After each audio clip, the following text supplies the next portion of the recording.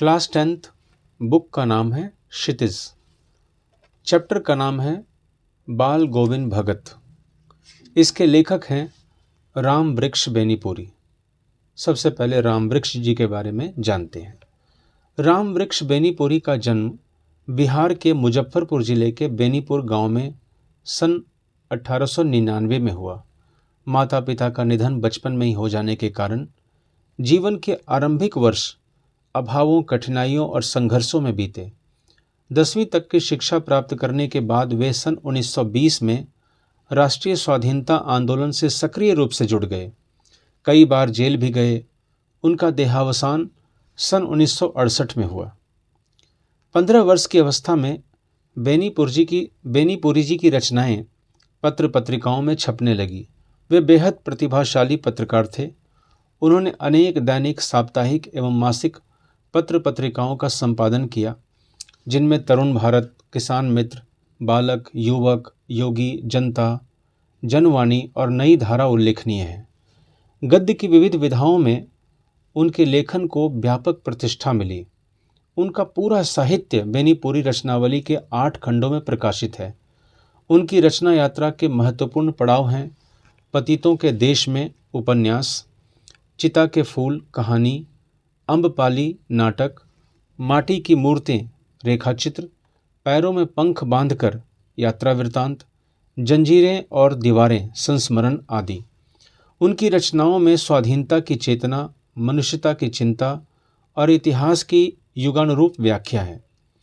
विशिष्ट शैलीकार होने के कारण उन्हें कलम का जादूगर कहा जाता है। बाल गोविंद भगत रेखा चित्र के माध्यम से लेखक ने एक ऐसे विलक्षण चरित्र का उद्घाटन किया है जो मनुष्यता, लोक संस्कृति और सामूहिक चेतना का प्रतीक है। वेशभूषा या बाह्य अनुष्ठानों से कोई सन्यासी नहीं होता। सन्यास का आधार जीवन के मानवीय सरोकार होते हैं। बाल गोविंद भगत इसी आधार पर लेखक को सन्यासी लगते हैं। यह पाठ सामाजिक रूढ़ियों पर भी प्रहार करता है।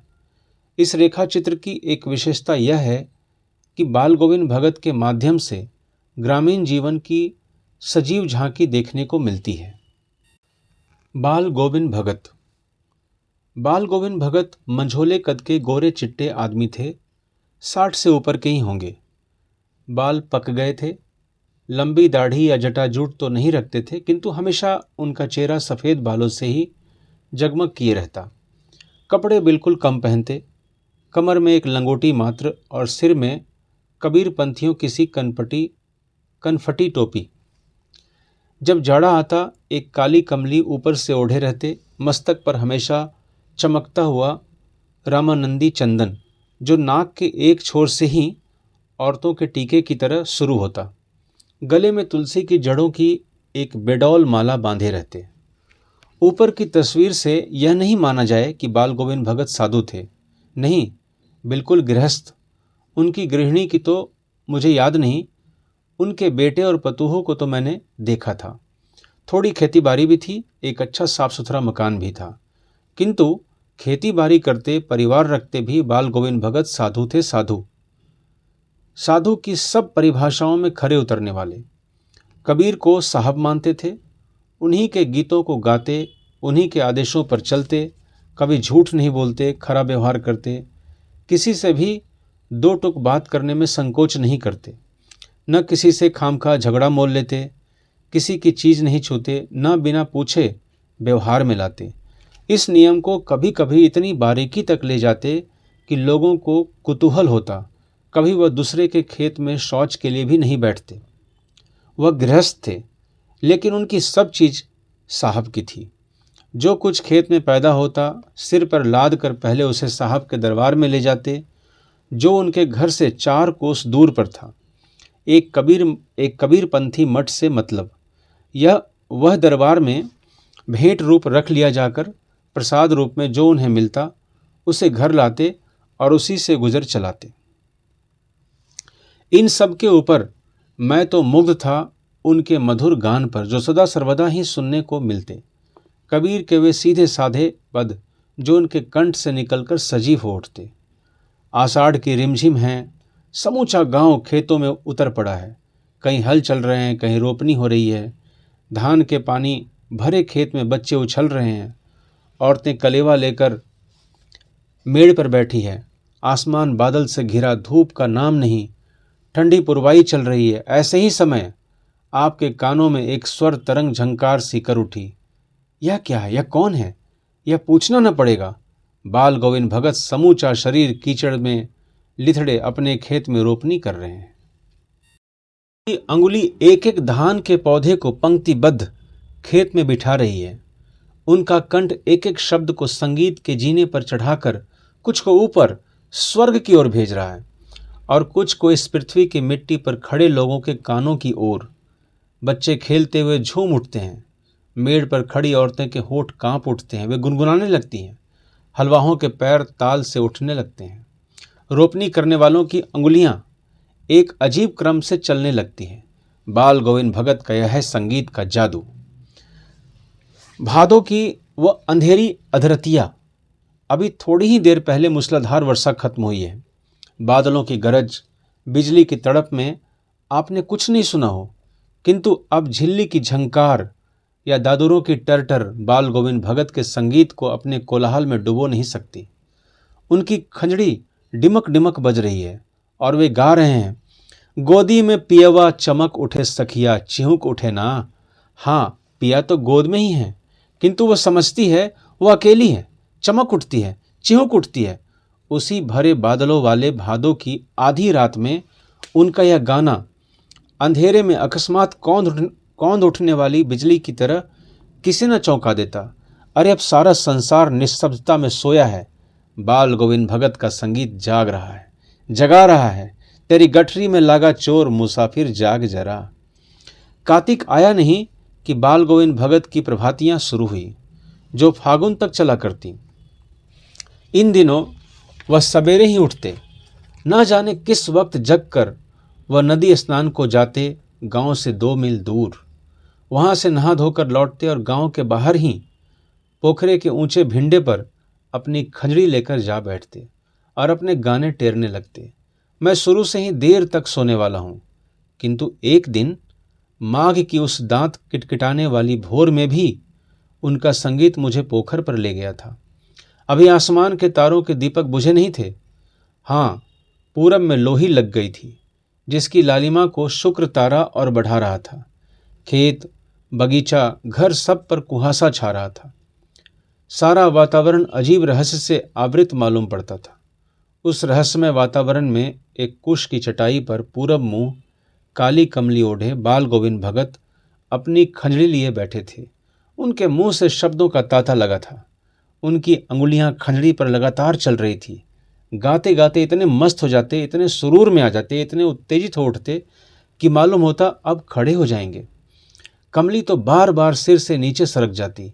मैं जाड़े से कपकपा रहा था, किंतु तारे की छांव में भी उनके मस्तक के श्रम बिंदु जब तक चमक ही पड़ते।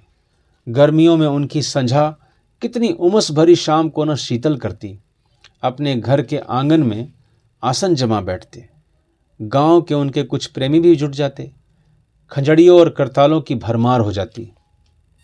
एक पद बाल गोविंद भगत कह जाते।